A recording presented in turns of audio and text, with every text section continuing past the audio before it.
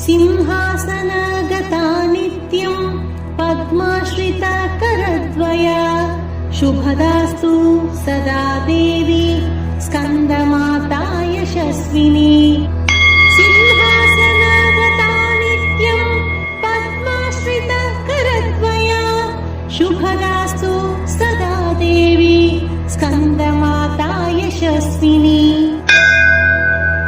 सिंहासनगता नित्यं पद्माश्रितकरद्वया शुभदास्तु सदा देवी स्कन्दमाता यशस्विनी।